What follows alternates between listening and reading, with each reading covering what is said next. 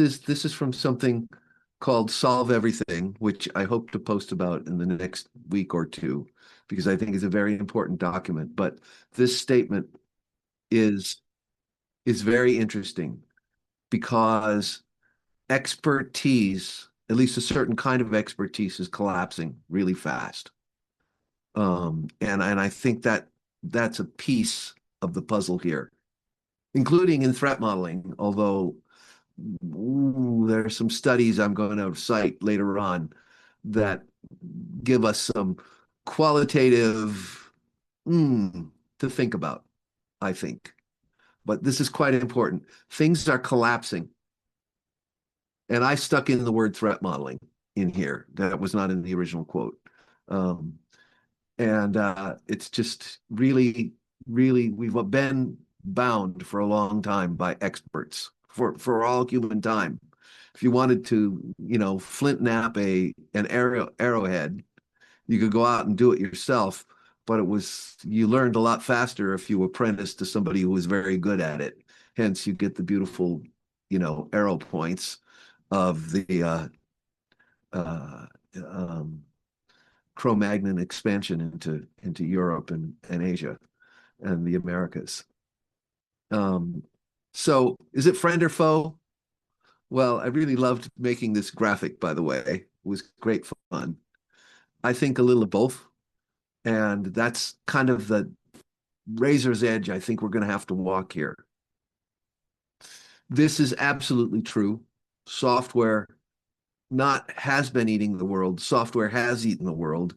By my fairly shallow research, but relying on other authorities, about 7/8 of the 8 billion people on this planet use software every day in one form or another, mostly mobile phones.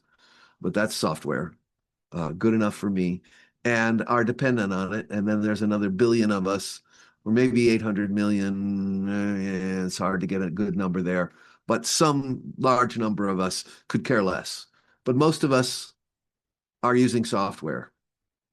And I would say large language models are eating our lunch, not coming. I think it's there. So we have this marvelous tool called AI, right? And I'm sure you're all aware of it. I mean, I use AI to do various jobs. I imagine many of you do. Um, and then, of course, there are some what do they call them? Luddites who are not going to use that thing at all. Well, that's fine.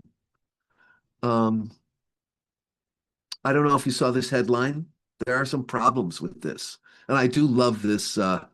This picture is taken from a movie, of course, of the AI, not quite the robot in this case, but an AI, not quite behaving as expected.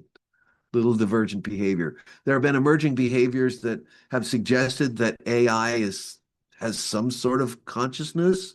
I don't believe that. And there will be further developments in that way from me and Isar. Watch this space. But I'm not going to announce anything right now. But we're plumbing that at great depth. But certainly the software and the models are more complex than we can predict entirely how it's going to behave because it's not deterministic. I think that's probably a safe statement. And yeah, AIs that lie, AIs that make stuff up, um, easy attacks that get AIs to bat off of each other and echo each other until you see what their biases are. And that was a wonderful experiment I read about where they begin to uh, uh, um, exaggerate their biases until you wind up with something absolutely ridiculous. I'm not going to cite any because it can be quite racist, and other things I don't care for. So I'm not going to cite it exactly, but if you get two AIs to talk to each other, they start really amplifying their biases really, really a lot and end up in some really exaggerated places. So, there's some behaviors here that are hard to predict and maybe undesirable. Um, And of course, we all know, I mean, this is old now. This is a couple of years old, this slide. We all know that attackers, I mean, why would you not use an AI to craft your malware? Why would you not? You can download a llama or a Quen and refine its training fairly easily, and then have it produce whatever you want on your own machines. So, this has been true for a while. And so, friend or foe, both. And so, that's the world we're living in. Does anybody disagree with my, setting the stage here? Am I missing something? I don't think so. Uh, and of course, it's all software. Yeah, I'll say one other thing. It's all software, and most of the vulnerabilities have not been AI vulnerabilities that people have misused. They've just been grunt software stack vulnerabilities in AI. So we have all the problems we have had for some decades plus, and that's the state of things, and the state of the security situation. Anybody disagree? Am I good? If nobody speaks for 10 or 15 seconds, I'm going to go on.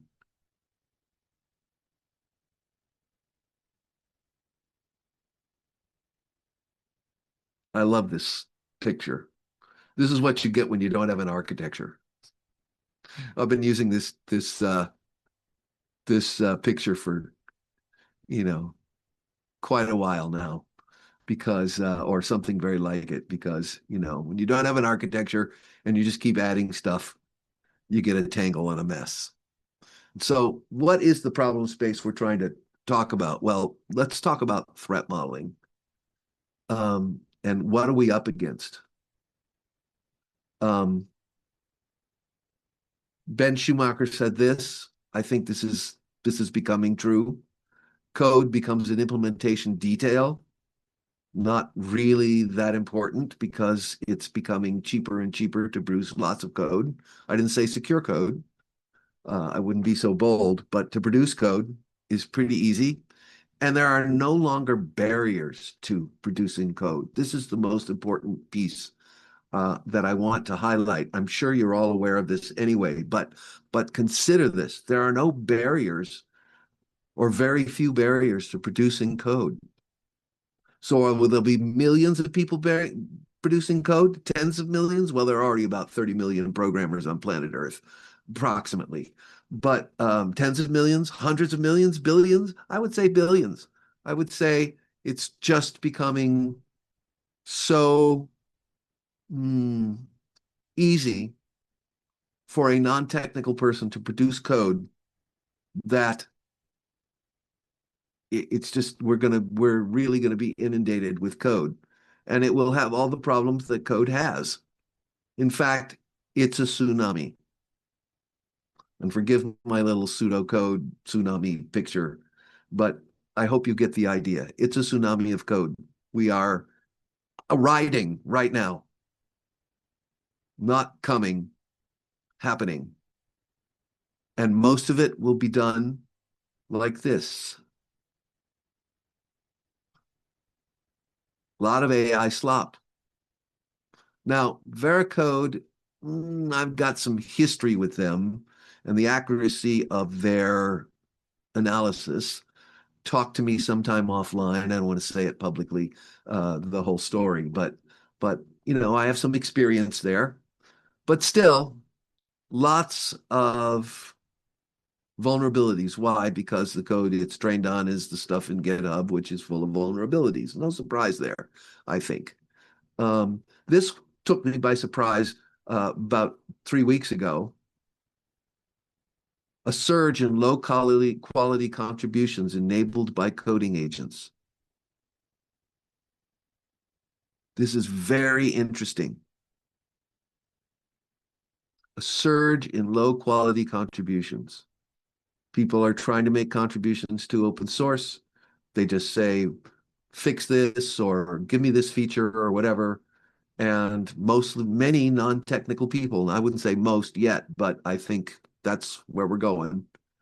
Most code will be produced by people who just tell an AI go produce this code. And I've played with this myself, and so has Isar.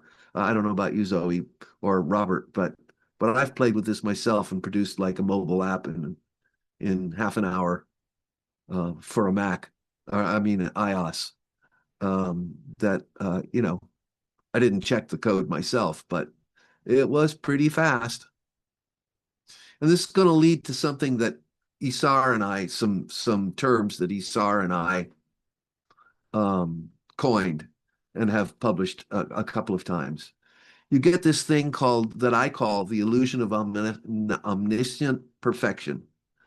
Because AIs, at least as they currently run, are extremely confident in their answers.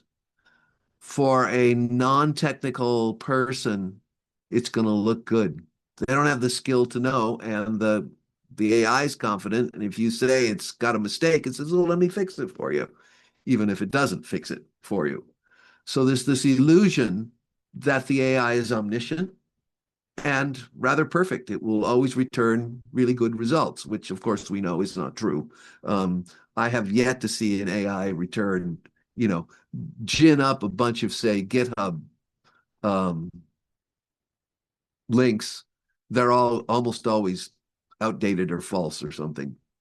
But that generates learned fragility, this sense that the code is extremely fragile, and especially with respect to security.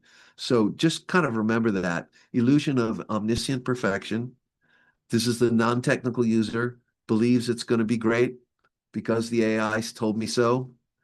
And then we get all of this code, which is building a fragility, especially with respect to security. And that's Isar's term, learned fragility. I think it's quite applicable here. And what are we doing at the threat modeling ranch? Still mostly manual.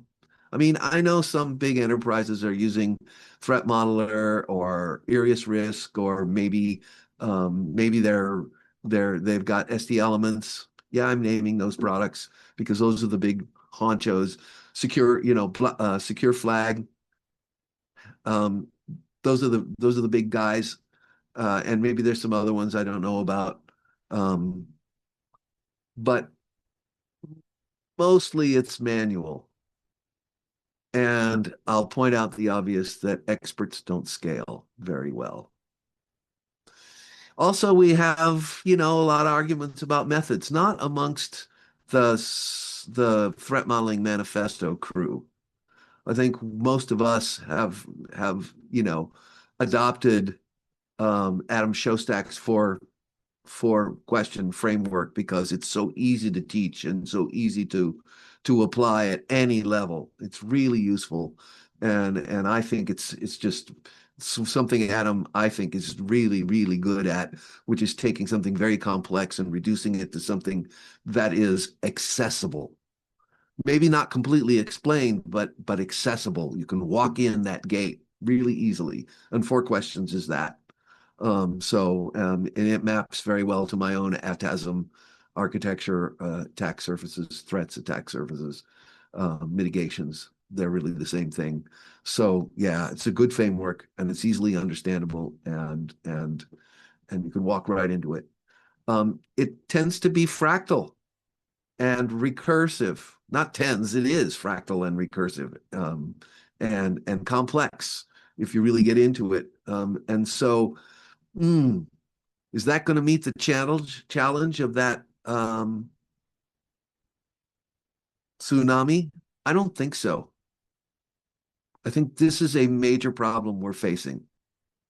Really major problem we're facing is that we have a tsunami of non-technically generated automated code that we are not prepared to threat model. And in fact, most of the people making the code, asking AIs to do the code, know nothing about threat modeling, have never heard of it, have no idea what we're talking about.